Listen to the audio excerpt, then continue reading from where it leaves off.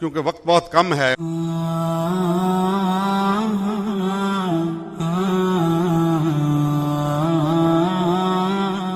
सब लोग बहुत इंतज़ार कर चुके होंगे। हमारे अंदर बिजनेसमैन बैठे हुए हैं।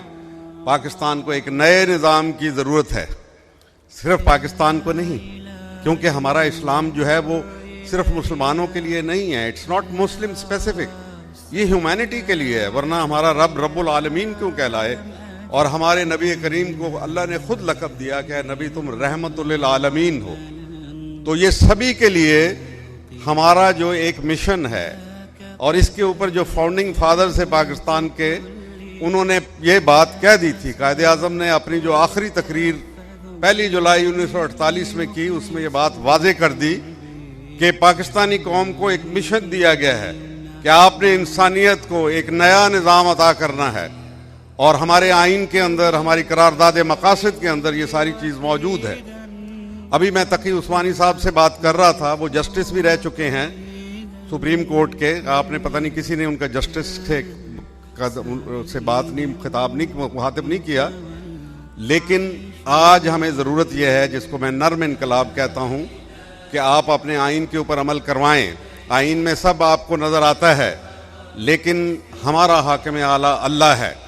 और अगर आप अल्लाह की हाकिमियत को कबूल कर लेंगे, जो आइनी तौर पे आपका फ़र्ज़ है कि आपको कबूल करनी चाहिए, तो फिर अल्लाह का आइन, अल्लाह का कानून वो कुरान के अंदर आ चुका। और नबी करीम सल्लल्लाहु अलैहि वसल्लम ने जिस दिन कहा कि आज के दिन ऐ लोगों तुम्हारा दीन तुम पे मुकम्मल हुआ, वो बात वहाँ ख़त्म हो गई। अभी लेकिन रियासत मदीना के बाद दूसरी रियासत जो बनी वो पाकिस्तान है। इसका फ़र्ज़ है इंसानियत को एक नया निज़ाम दे दे। पाकिस्तान का आइन वाहिद आइन है दुनिया के अंदर जो कहता है कि इंसानियत की फलाह बहबूद, उसके अमन और उसकी खुशहाली के लिए, उसकी खुशी के लिए आपने काम करना है। कितनी बड़ी बात है। किसी दुनिया का आइन ये नहीं कहता। अमेरिकन की खुशी के लिए करते हैं, बरतानवी के लिए करते हैं, इंडियंस अपने उनकी खुशी के लिए, लेकिन हम इंसानियत के लिए करते हैं। लिहाजा ये वो चीज़ है जिसके बारे में अगर आज करके दिखा दें तो फिर अल्लाह ताला हम पे मेहरबान भी हो जाएगा। और फिर अल्लामा इकबाल ने इसके लिए कहा था कि हफ्त किश्वर जिससे हूँ तस्खीर बे तेगो तफंग, तू अगर समझे तो तेरे पास वो सामान भी है। यानी मिसाल पेश कर दे, लेकिन कौन मिसाल पेश करेगा? क़यादत के इस फुकदान में, इस जहाँ पे इतनी मायूसी और नाउमीदी की फ़िज़ा हो कि गालिब का वो मुझे याद आ गया शेर कि संभलने दे अरे ए नाउमीदी, क्या क़यामत है कि दामाने ख़याले यार छूटा जाए है मुझसे। यानी इंतहा है नाउमीदी के। लेकिन मुसलमान के लिए नाउमीदी गुनाह है। हमारी उम्मीद कायम है। अल्लाह ताला हम पे मेहरबान है। तारीख़ ने एक नई करवट ले ली है। जो मुतहारिब निज़ाम थे वो सारे डूब गए और इत्तफाक से हमारी दहलीज के ऊपर डी गए। हमारे बिल्कुल सामने साथ वाले मुल्क में, पाकिस्तानी अफगानिस्तान के अंदर, ये दोनों निज़ाम शिकस्त खा गए। और जो मैदान शिकस्त में शिकस्त हो जाती है, उसके जबड़ों में से, शिकस्त के जबड़ों में से आप फतह नहीं निकाल सकते। मगरिब अब उसके अंदर से फतह निकालने की कोशिश कर रहा है, हमें लड़ा के, एक दूसरे के साथ लड़ा के। मैं इसके ऊपर बड़ी तफसील में जा सकता हूँ, लेकिन मैं ये नहीं कह रहा। सिर्फ जो उनका सबसे बड़ा गुरु है, इंटेलेक्चुअल भी और यहूदियों का सबसे बड़ा रहनुमा, हेनरी किसिंजर की नई किताब आई है हाल ही में, कुछ 4 महीने पहले, यहाँ नहीं मिलती, मैं कि अमेरिका से मुझे एक दोस्त ने भिजवाई। वो कहता है, उसके किताब का नाम है दी वर्ल्ड ऑर्डर। अब वो कहता है इस्लाम को और कन्फ्यूशस चाइना के लिए कहते हैं ना, कि उसकी सिविलाइजेशन को शामिल किए बगैर तुम्हारा नया वर्ल्ड ऑर्डर तामीर ही नहीं हो सकता। ये वर्ल्ड ऑर्डर नहीं है, ये डिसऑर्डर है। वो कह रहा है कि ये डिसऑर्डर है, और हम देख रहे हैं, उसकी निशानियां देख रहे हैं। लिहाजा पाकिस्तान का वक्त आ गया। अभी किसी को नाउमीद नहीं होना चाहिए, बिल्कुल मायूस ना हो। अगर हम इस वक्त शिकार हो रहे हैं, हर तरफ से तीरो तफंग हमारे पे चलाए जा रहे हैं, तो इसका यह मतलब है कि हम कामयाब हो रहे हैं, क्योंकि हमारा वक्त आ गया है। और जिसका वक्त आ जाए, वो कहते हैं कि nothing is stronger than the idea whose time has come.